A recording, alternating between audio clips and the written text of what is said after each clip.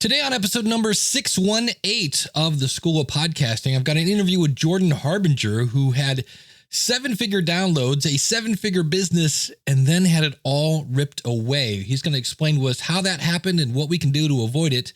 I have a quick exercise to help you make your interviews better if you're doing interviews, and I've got a promo for a new podcast I've created. Hit it, ladies! The School of Podcasting with Dave Jackson. Podcasting since 2005. I am your award-winning personal podcast coach, Dave Jackson, thanking you so much for tuning in. This is where I help you massage your message. I help you tackle the technology. I help you face your fears. Today we have Jordan Harbinger on the show. Holy cow, talk about a guy facing his fears. And then I help you flatten that learning curve and not just get you going, but get you going in the right direction. The School of Podcasting is the original, the longest running, the site that is dedicated to helping you plan, launch, and grow your podcast. The website, schoolofpodcasting.com/start, will get you right to the right place. Use the coupon code LISTENER, that's LISTENER, to sign up for either a monthly or yearly package. I always like to start off the show with a because of my podcast story. If you have one, it's simply because of my podcast blank. Feel free to record that answer and send it on in. My email address is dave@schoolofpodcasting.com. Today we've got Jordan Harbinger on the show, and he had a because of my podcast story, and here it is. What's something in your life that has happened that wouldn't have happened, but it did because of your podcast? Oh, so easy. I met my wife through the show. Oh, there you go. Yeah, that's an easy one. Her brother was a fan, got her listening to it. She joined Twitter, which she's never used. And then it was like, who to follow? Jordan. She's like, oh, cool. I'll follow this guy that I'm listening to his podcast. And then she had tweeted something funny. I happened to follow back and check my news feed. And then we started talking and ... marriage. Wow. There you go. That's one. I don't think we've had that. I've had people that have married their fans. That was kind of cool. But I don't know that I've had somebody that actually got to ... with a listener. That's very cool. So there you go. Before we get to the interview with Jordan, one of the things that Jordan did that is rebuilding his new brand is he called on his network. And I want to talk about podcast, that's singular, podcastguest.com/SOP. This is a place that helps you find great guests for your podcast. And what if you want to grow your audience? One of the easiest way to do it is to be featured on other podcasts. And when you go to podcastguest.com/SOP, it helps you become featured on other shows. And it also helps you find really good guests for your show. I've been featured on other podcasts because of podcastguest.com. You can too. And when you do a solo show, that increases your engagement with your audience. When you go on and you are a podcast guest, that helps you create your network. And today we're going to hear how Jordan Harbinger grew his network by doing so many interviews. And podcastguest.com/SOP can definitely help you grow your network by finding great experts, great guests. Everything's there. Podcastguest.com/SOP. Oh, and another thing, it's free. Check it out again, podcastguest.com/SOP. And thanks for being a sponsor of the School of Podcasting.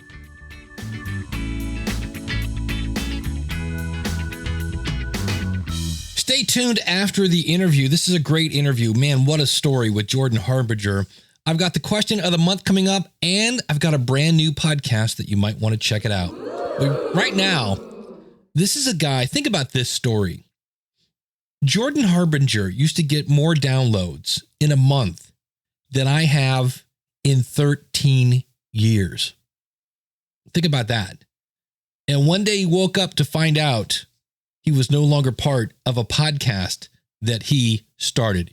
Here's the story. I was thinking about this today. There are 3 reasons this person is on the show. The first one, and we're getting cute. There's 3 eyes. The first one is he's interesting. He's super interesting. Even his commercials are interesting. I learned that today. He always has a story in his commercials. The second one is integrity, and he will call BS on anything. In fact, I heard him at Social Media Marketing World. I believe he interrupted as he was being introduced because the person tried to say he had 4 million listeners. And he's like, wait, hold on, time out. So that's the second I. Interesting, integrity. And the third one was influence. And this is another thing at social media marketing world. I always go in anytime I have a chance to hear him speak, I always do. And he gets done, he gets off the podium, and usually there's a few people that'll like, meet the person on the floor or whatever, this happens. And then he leaves and literally the whole room followed him out into the hallway. That was the coolest thing ever. I actually went out and took a picture. And so Jordan Harbinger, thanks for coming on the show, buddy. Thanks for having me on, man. It's always a pleasure. And I'll tell you, the whole everyone leaving the room thing, yes, that surprised me too. I wasn't like, yeah, I do this. No, I was like, what? People care? Cool. It's always still surprising. And I think you have to keep that kind of joy about the craft, or you start to get jaded and you're like, yeah, of course everyone wants to come take a selfie. And then you're just like kind of insufferable. Yeah. Then you just hear, let me get the cardboard stand up, and you can just stand next to it, take pictures. Exactly. Yeah. Yeah. Which is a little bit like, how self-important can you be? Well, the fun thing that we talked about in San Diego was, at the time, this was kind of somewhat new news back then, but you were on a show called The Art of Charm, and it's in its heyday was getting 4.1 million downloads a month, which is pretty awesome, bringing in 7 figures into your business. I thought it was really interesting because you've just been so transparent about this. You've gone through the joy of being fired from your own show. Yeah. And so I've heard you describe it as, well, there were different visions for the company, meaning you wanted to go one way and they wanted to go another way. And I realize you have to be careful what you say, because there may still be some legal aspects of this. But can you peel that back any further into like what was going on? Really what it comes down to is I was and am really enjoying interviewing these amazing neuroscientists and special forces people and military generals and CEOs and things like that on the show. And I'd like to think over the decade and change that I've been doing interviews that I've gotten decent at it. And I like doing practical takeaways in each episode and making sure that there's always something for the audience to take away and experience. And that wasn't exactly where other people in my former company really, that was less important than other ideas that they had about how the business should be run and how things should be leveraged to create leads for sales and things like that. And I just really wasn't interested in teaching people how to, guys how to go out to bars and meet girls anymore. I'm 38. I'm married. I've been with the same woman for 5 years. I'm not looking to be a 40-year-old dating coach, and it really, the brand didn't fit me anymore. I'd outgrown it. And there was a lot of resistance to any sort of rebrand. And we had figured out a way to split the company in a way that made sense for everyone. And then that didn't work out for a variety of reasons, which I won't get into here. And so I found myself on the outside of the company. Fortunately, I was able to take the vast majority of the team with me. And I'd say take with me, but really they came with me. I didn't take anyone. And we were able to regroup and form Advanced Human Dynamics, which teaches networking, rapport building, verbal, nonverbal communication, and things along those lines, negotiation, things like that are much more interesting for me and for my team.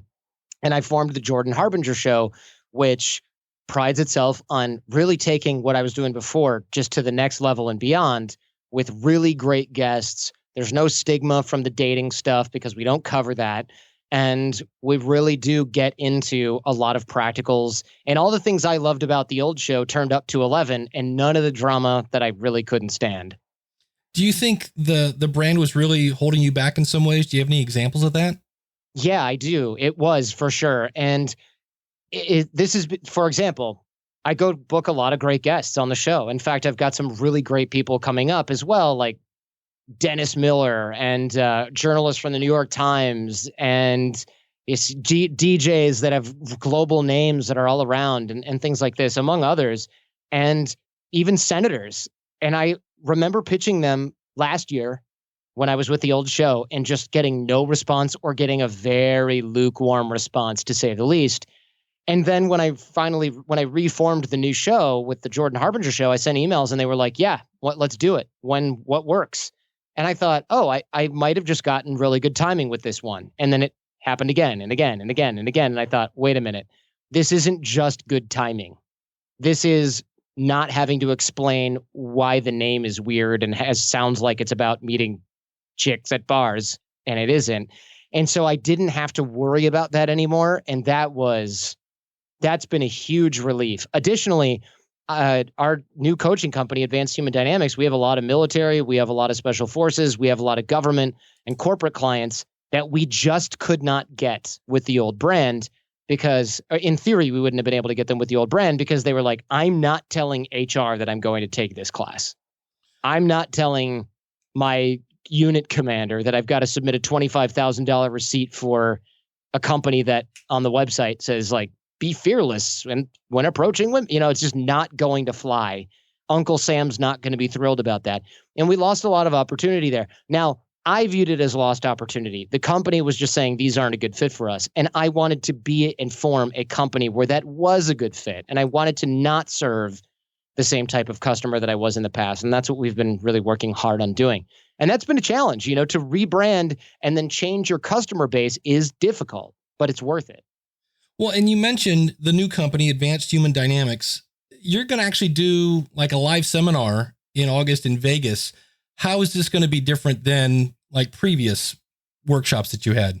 So we're doing live events regularly. The first one is in August in Vegas, August 10 through 12. And it's going to be unisex, which the old company did not do unisex events. It's going to have negotiation, which we never taught before. It's going to have different types of verbal and nonverbal communication and presentation skills, which we never taught before.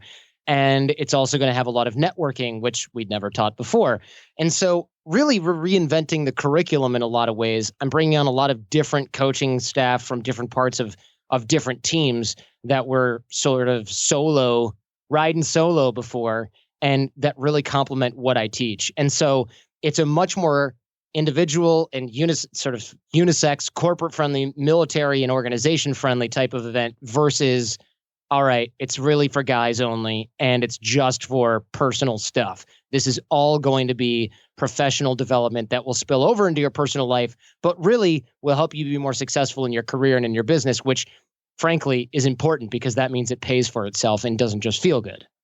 So who do you think is this something for like a sales team from a company, or who do you think your target audience is for that? Yeah, we have a couple of different target audience verticals. So sales teams are great.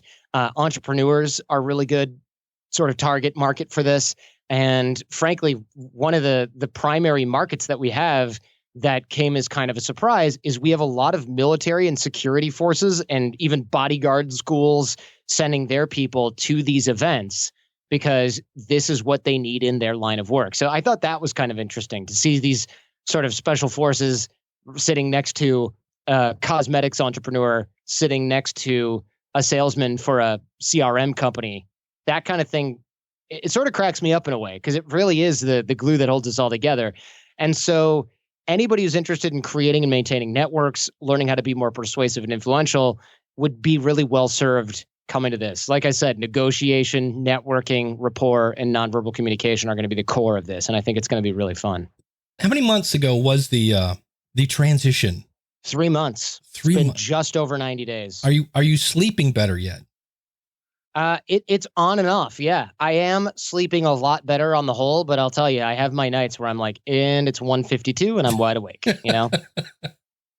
Well, the new show, you got super creative. It's called the Jordan Harbinger Show. Yeah, really nailed the creativity on that one. Excellent. And I love your kind of tagline is it's either going to solve a problem or it's going to make you better.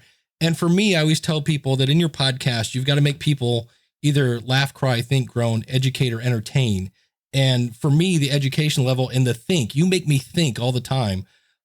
And then you also have a great connection with your audience. Your Feedback Friday shows, I think right now, your interviews are great. Don't get me wrong, with the Feedback Friday thing. The last episode, you had some guy, like his dad was a loser. Mom was in the hospital, or no, mom was a freak and had like lit a house on fire. He was just the kid was just a hot mess. I felt so bad.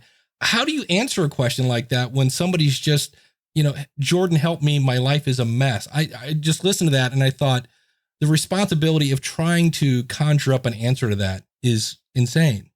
Yeah, that's tricky for me because that one in particular, that was an episode of Feedback Friday where I take listener questions and I answer them with my producer, Jason, and sometimes guest experts. That one I knew was mostly above my pay grade, and I wanted to take care of the question asker.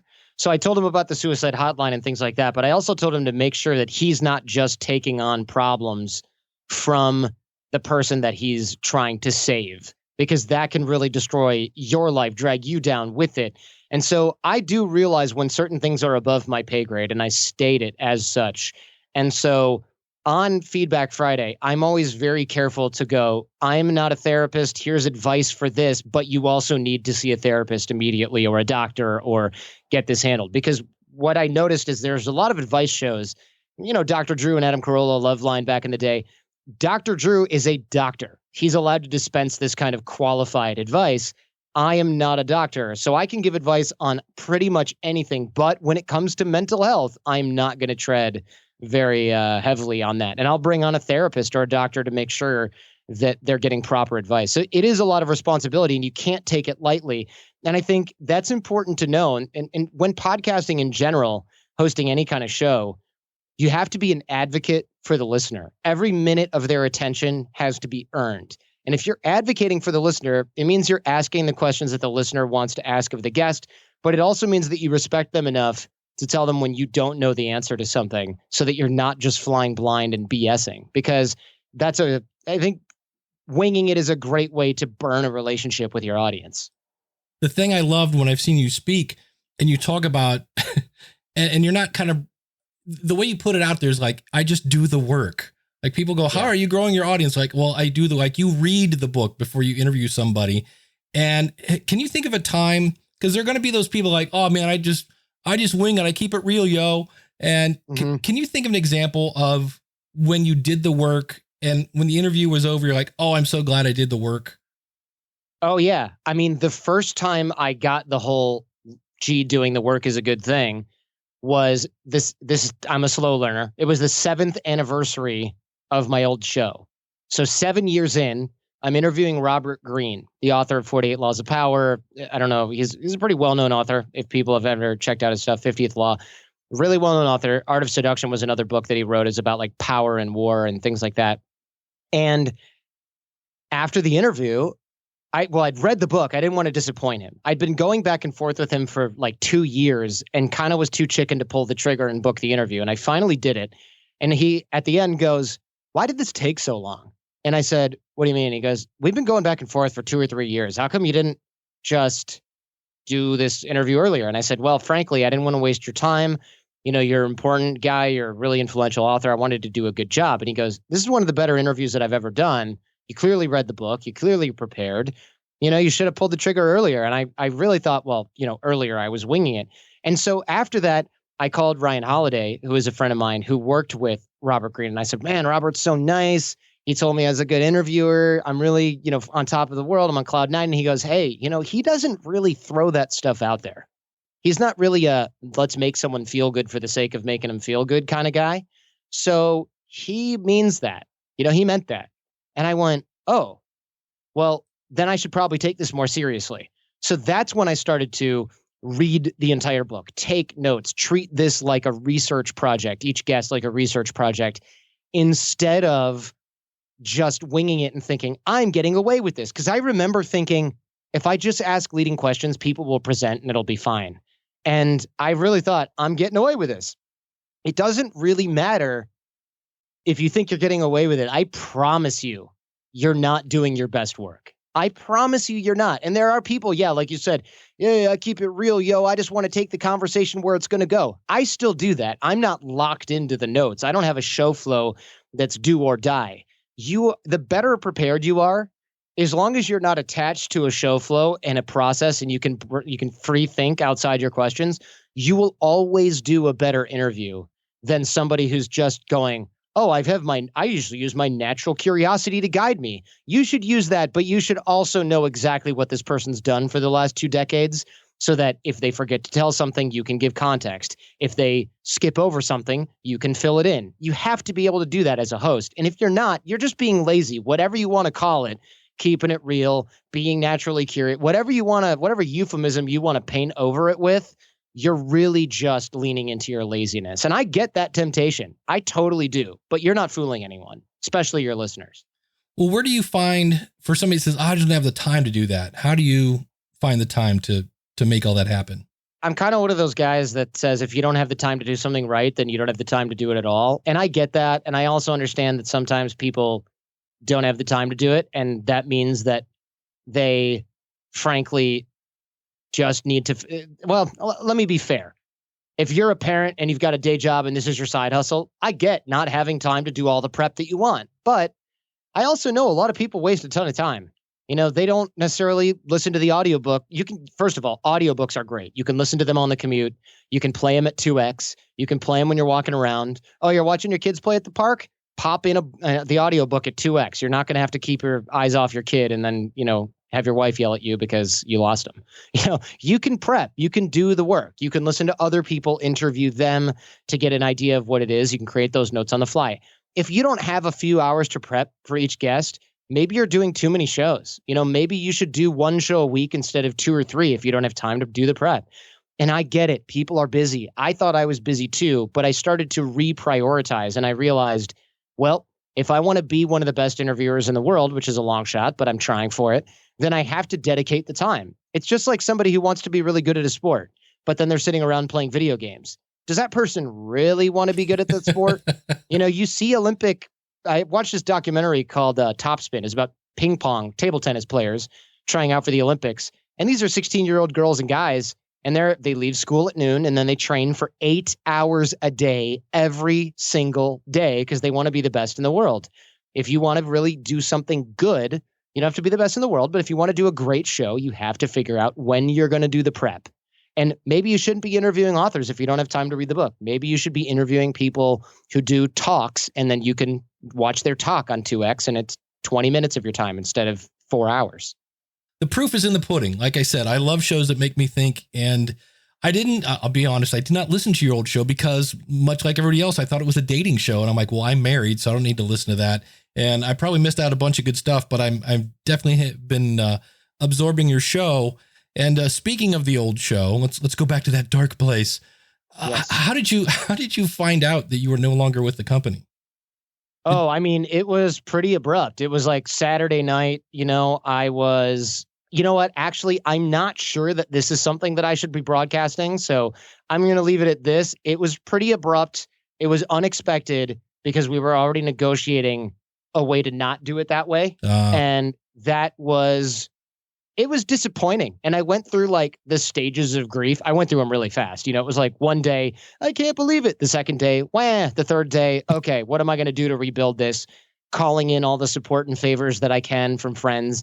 And just, thank my lucky stars that I was practicing what I preached for the last 11 years with building a network, building and maintaining relationships, digging the well before you're thirsty, because I ended up thirsty, man. And if I hadn't done that, I would be in a world of hurt because you build skills over 11 years of broadcasting. You maybe some of us are born with talent. I don't think I was, but some people were.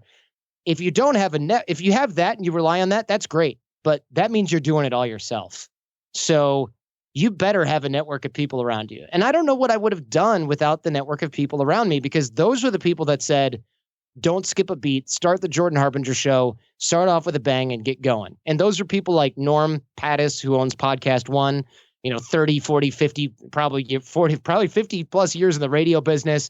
A lot of people that were COOs and CEOs of companies like 1-800-GOT-JUNK.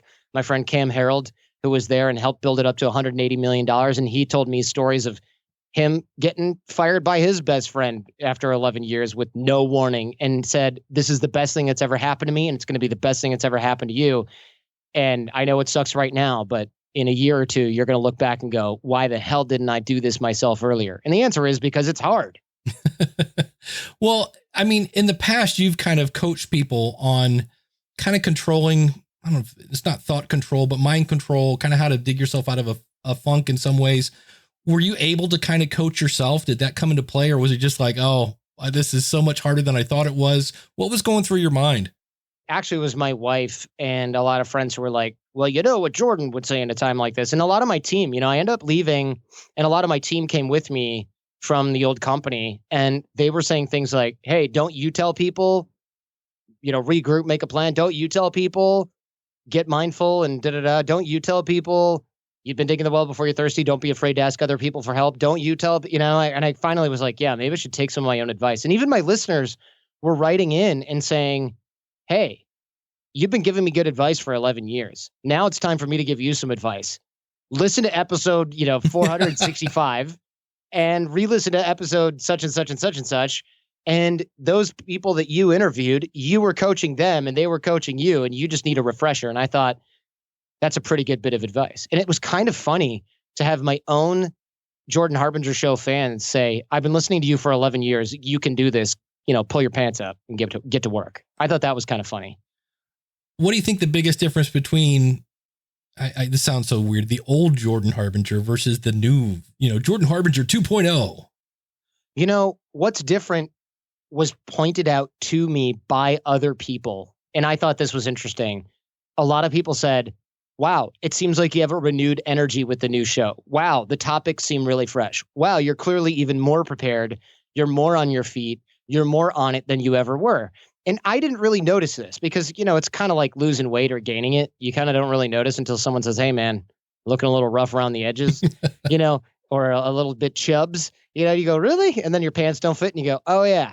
So for me, this was a really good surprise because I really was the last person to notice that, hey, I sound a lot better than I did before. And that's because I'm in it. You can't read the label from inside the jar. And a lot of my show's fans were like, this is better than any of your other work. And at first I thought they were just being supportive, but now I've got people that say that I've just gotten dozens and dozens of people saying the same thing. And it's too many to be a coincidence. Well, it probably because you're now able to do the interviews that you want to do, you're more excited and you're not having to worry about, wait a minute, how do I tie this back into this product that doesn't fit anymore? It just, everything flows nicer. That's very cool. How do you balance? You mentioned you've been married now for, you said 5 years? No, I've been married for 1 year, but I've been with the same woman for 5 years. Okay. My wife. Because I thought it was fairly new.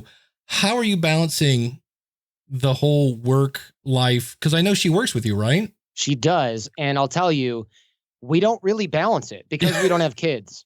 So she flies with me everywhere. We work together all day. We work together on the weekends. We don't really have that balance. I don't necessarily believe that we need it right now. Now, once we have kids, then it's going to be different because we're going to be busy with the family and we're not going to want to be like, yeah, call me when they're old enough to drive. That's not going to work. So we'll have to figure things out then and reprioritize. But for me, it's not about balance. It's about priorities. Right now, since I don't have kids as a priority and family is less of a priority. I go see my parents and I make time for them and I make time for the in-laws and things like that. And I have friends that I hang out with regularly, of course, with Jen. But we don't really worry about that because the priority is the rebuild of the Jordan Harbinger Show and the build of Advanced Human Dynamics as a company. And so we don't worry as much about that stuff. But like I said, when we have kids, it's going to be a reprioritization, and how that works out logistically is anybody's guess.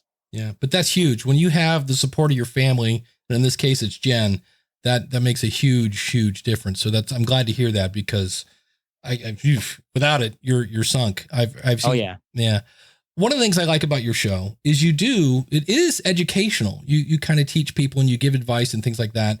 So after going through this nasty little scenario in your life, how does somebody that is starting a podcast now, like what would your advice, like here's some things you can do to avoid the scenario I was in? I thought about this a lot, and it sucks to say this, but there's really not that much that I would have done differently reasonably. I really would not have, because people go, no, now, never have partners. And I'm like, well, no, not really. You have to work with other capable people and you can hire a team, but really, if you really just want the best out of people, you have to incentivize them. So if you're going to work with somebody and you need marketing and you need events and you need products and you've got somebody whose life has been that for 2 decades, it doesn't make any sense to go, nah, I'm just going to figure it all out myself. That just does not make sense. So it's not don't have partners. But I would say rather than having one big entity where everybody owns a piece of it, you want to have different discrete projects where people own different shares. So for example, Advanced Human Dynamics has an app that's coming out. The app's been in development for 3 years by some of the contractors. They've given me equity in the app because I'm going to promote it and I'm adding a bunch of content and I'm putting my name and face in there. So I have a share of it, but I don't have a controlling share of it. And then the live events, the products that we're developing, everyone owns those equally. And the rule is if someone decides they don't want to do it anymore, they get bought out by the other side at their option, or they continue to get paid in perpetuity. So it gives that side an option to buy it outright or to say, you know, we're not going to give you a lump sum because we can't, but I'm still going to cut you a check. Right. But at the end of the day, I'm a former attorney. If someone says, oh, I'm not going to exercise my buyout right, but they decide they're not going to pay you, now you've got a choice to make, and litigation is expensive. And what you usually have to do is just walk away and chalk it up to a lesson. So what I would say is it's always something where you've got to have the keys and you've got to have ownership and you got to keep your side of the street clean. But what the real problem is that people are invested in relationships for way too darn long, and they don't sit down and go, am I still happy with this? Is this still the business I want to run? Are these still the people I want to work with? And had I actually done that back in the day when working with my old company, I would have had to face some hard truths, which are, no, I don't want to be here anymore. But I didn't have the guts to leave because the getting was too good. And so that's a lesson that I learned is you have to go, is what I'm doing right now worth the money? And is there a better way out? And you know what? The other lesson that I learned, and I don't want to phrase this crudely, but you have to just be very discerning with who you work with.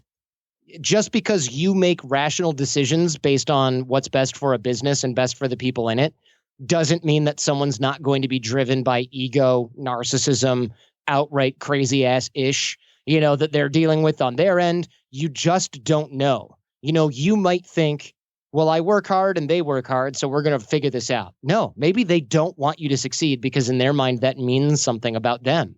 You just don't know. And I've seen that happen with businesses a lot where people will split and try to do their own thing. And the other person goes, wait a minute, if she succeeds without me, that means they didn't need me. I can't have that. So then they go to war over this dumb ego stuff. And you have to realize who you're doing business with. And sometimes it takes a while for people's true colors to show. But once they do, believe them.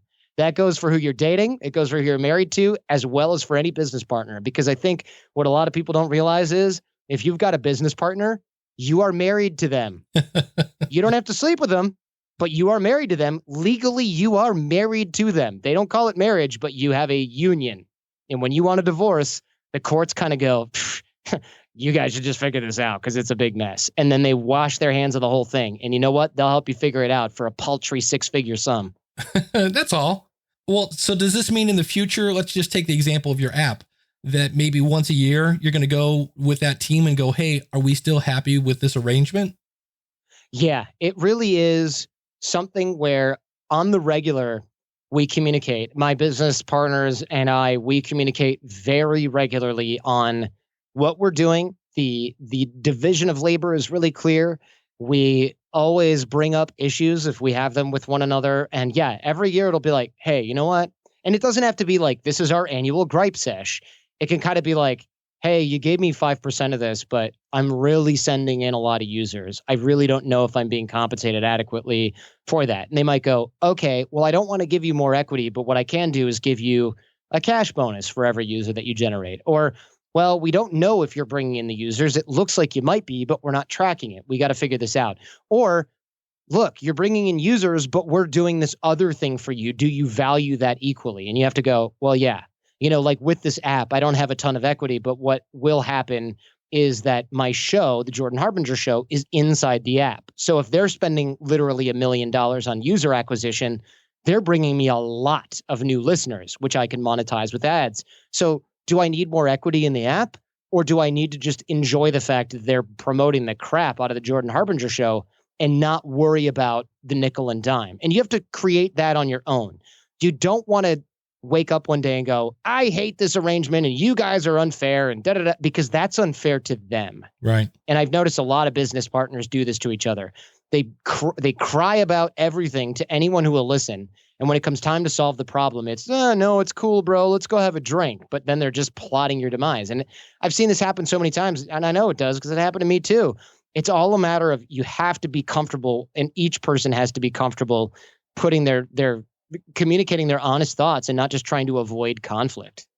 Yeah, it's it's worth the awkward conversation in the long run to sit down and actually have a big pants grown up conversation and go, this isn't working anymore. It's tough and it's hard, but it can save you a lot in the long run. I have to ask this question or Monica will kill me. Okay. So this is for Monica. She loves your show because she says you're going broad. And I say, I think you're niche. So are you broad or are you niche? Oh, I don't know. I want to say that it looks broad, and I think I have a greater freedom of interview. I'll have a neuroscientist, I'll have a money laundering expert and things like that on the show. So it seems broad in that respect. However, really though, when you look at it, everything is based in psychology. So it's all about thinking, it's all about practicals. And so it's not just, here's a variety show. I'm not Terry Gross on Fresh Air where she's like, I'm interviewing this random musician now. I'm not quite that broad, but I might be broader than I was before. Where it niches down is, does this person teach me how to think better? And can I apply what they're saying? So that in itself is niche enough, because most shows don't do that. They just go, tell us about your new jazz album. And then the next one is, oh, this person is a FBI agent. Let's talk about investigating a serial killer. That's really broad, but there's not a whole lot that you can take and use in your life. So in a way, we're niche in that we're educating, but we're broad in that what we're educating people about can be different as long as it applies to them and makes them a better performer, whatever that might mean.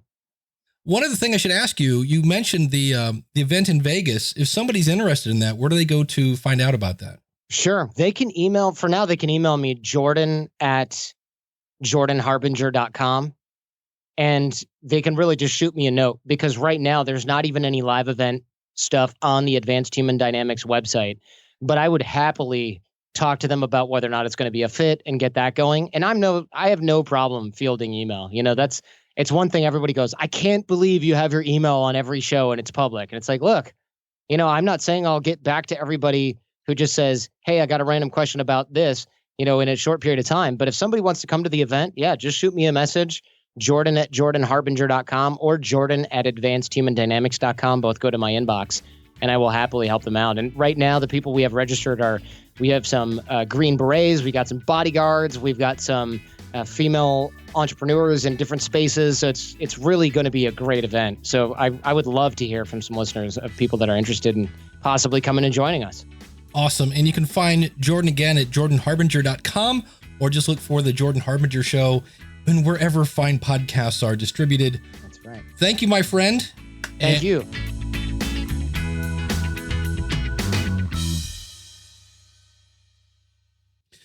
All right. If you are new to the show, my background is in education. I taught in the corporate world for over 20 years, help people understand technology.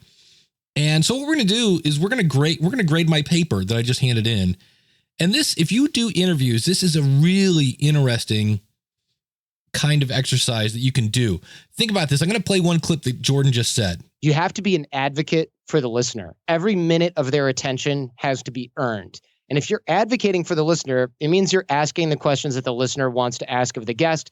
And so what you can do, and what I just did was as I listened to that interview with you, I wrote down the questions that I asked. So some of them were good, some of them were and some of them were a little out of place.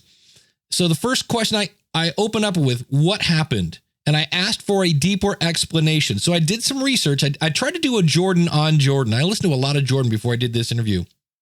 And I asked, not like, hey, we had a difference of opinion. I'm like, no, go a little deeper on that. And he did, which is really cool.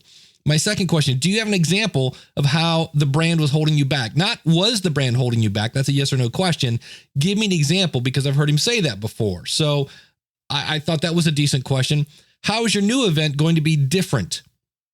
Okay, because what's changed?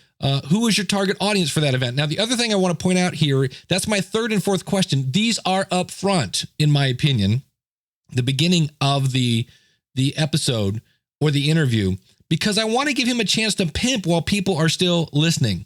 The next one, how many months ago was the transition, and are you sleeping better? Again, trying to get the backstory on this and to see how it's affecting him. How do you deal with the responsibility of answering a help my life is a mess question? This was not worded very well, but it was a question that I wanted to hear because when I listened to that show, I'm like, oh, holy cow, how do you do that? So again, I thought that was a decent question because it opens up to a story. It gives you insight into how he deals with things. How can you think of a time when you got done with an episode and thought, I'm so glad I did the work? I like this because my audience is kind of in his shoes. We're trying to do great interviews. We're trying to create great content, period. And then when he said, I do this, I'm like, okay, great. He reads the book. He does all this stuff. My audience is going to ask, how do you find time to make all that stuff happen? So I thought that was a good question. How did you find out you were no longer part of your old podcast? In other words, how did you find out you were fired? Not a bad question. It's weird that we're going back to that because we were talking about that, and I'll explain some things a little later about that. Were you able to coach yourself? Now, this is an interesting question, poorly worded, because that's a yes or no question. So I think I actually said, what was going on in your head when I said that? Well, that's where I rephrased it. But I started off with a yes, no question. And if you go back and listen, I said, what was going on in your head? That's a better question. What's the difference between the old and new Jordan Harbinger? This is simply saying, what did you learn? How do you balance work life and your wife? Now, actually, I pondered cutting this one out because the answer was, I don't. And usually if somebody goes, nope, I cut it out. But I thought this was a good answer because he's very honest about it. It's like, look, right now we're cool. We don't have kids. And in the future, we're going to have to renegotiate something here. How do you avoid the scenario in the future for new podcasters? Again, good question. I should have probably lumped that in with the other, like when we're talking about him losing his old show. And these are questions that are coming to me afterwards. And I'm going, and I'll talk about that in a second. So are you going to review your relationship with your app creators every year? Again, poorly worded question here because it's yes or no. I should have said, walk me through a real life example of how you're going to take what you just said in real life and then let him tell the story. Are you broad or niche? Now, this is coming right from Monica from youwantadowhat.com. So if you're wondering who was Monica, that's her. And I thought that was a good question. The only thing I did wrong there is I didn't say Monica from youwantadowhat.com. So Monica, I've now said youwantadowhat.com. I didn't forget you. And then how do I attend your event? Because again, Jordan is trying to rebuild his audience. I stated his website again, jordanharbinger.com. And then I helped promote his product that he is now selling. Now, what was wrong with this interview is I was trying to do Jordan Harbinger to Jordan Harbinger. So I did a lot of research and things like that. And I usually have the questions in front of me on paper. And this time I did it in Evernote, which is a great idea. I should have just printed it out because I'm trying to read things on the computer screen through my computer. And in the process, got a little bit out of sequence. Not a deal breaker, nothing like that. But one of the things you can do to kind of grade your interview is listen back to your interview after you've edited it and say, are those the questions my audience would have asked? And for me, I think I did an okay. I would give myself a C+ or a B, but I'm pretty hard on myself, as you probably are with you. But for now, to help you grow, the more you know. I want to welcome the newest affiliate for the School of Podcasting, Sean Washburn of the Stories for Starters podcast. You can find him at washburnwriter.com. And if you didn't know that, you can actually refer people to the School of Podcasting. When they sign up, you earn a small commission. For more information about that, go to schoolofpodcasting.com/affiliates. And want to also say welcome aboard to my buddy Wayne Henderson from mediavoiceovers.com. He also just joined the School of Podcasting Patreon account. So for more information about that, check it out at schoolofpodcasting.com/workwithme. If you're new to the show, I love to test different podcasting toys and tools. And to do that, I have to create a lot of podcasts, and I've got a new one, and I'm having a lot of fun with this. Here's the promo for season 2. Coming up on season 2 of the History of Six Shooter, the benefit that Dave and John were informed of turned out to be a biker rally. Their overweight bass player was wearing a tank top underneath a flannel shirt that had fallen off his shoulder to reveal bushels of armpit hair. He was very sexy. In Ohio, parts of the state received 14 inches of snow. It snows and rains ice all day. Also on the door, it's a sign that reads December 22nd, 8 to 12, Six Shooters with an S. Our first gig, and already the band's name has been hacked. While the Christmas song idea sounded great, it took an immediate nosedive.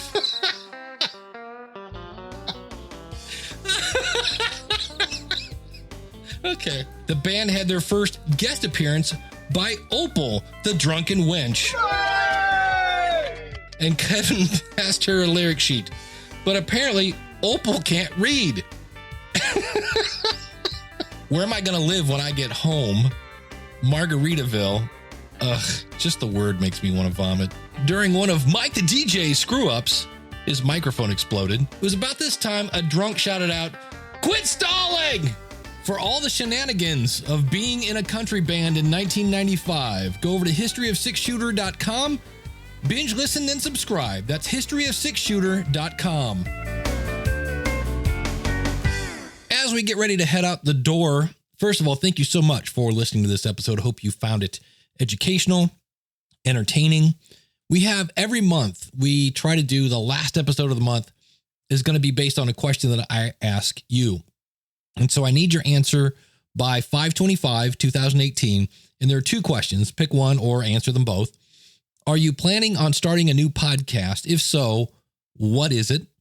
And then the second one is, if you had a sponsor on your show, how did you get it? Did they approach you? Did you approach them?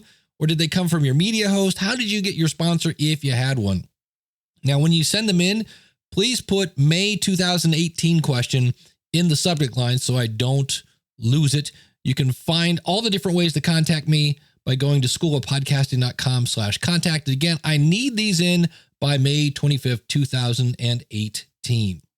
Now, I know I mentioned I was going to talk about the whole Google thing, the quote, if you could air quotes up for me, the new, which is really old, Google thing that's going on. If you go out to schoolofpodcasting.com/Google and the number 1, I actually wrote a blog post about this. To talk about this in audio is almost impossible because it's all very visual. And I actually put a blog post there about how you can make sure your podcast is ready. And I've got examples there if you're using things like Divi or Studio Press or things like that, different ways you can get your website set up. And what happens if you go into your WordPress theme and you don't have any way to put this new code into your header? Well, I've actually got a plugin there for you as well. It just does not work in an audio format. So that's why you should go out to schoolofpodcasting.com/newsletter, because things like that get sent to you via the newsletter, plus along with our show notes. Thanks so much for listening. I would love to help you plan, launch, grow your podcast. The website, schoolofpodcasting.com. And I've got multiple ways to work with me. To find out more about them, just go to schoolofpodcasting.com/work with me. And if you want to start your podcast, don't forget, use the coupon code LISTENER. And also another quick shout out to Andy over at podcastguest.com/SOP for sponsoring the show. I know I've mentioned the Harry Duran interview that I did. You might be going, hey, where's that, Dave? That is also coming in the future. I found something in this interview, and not that it's a bad interview. Actually, it's a really good interview, but I found a way to put a little more icing on that cake. And let's face it, it's all about the icing. So that is coming up in the future as well. And thanks so much for tuning in. Until next week, class is dismissed.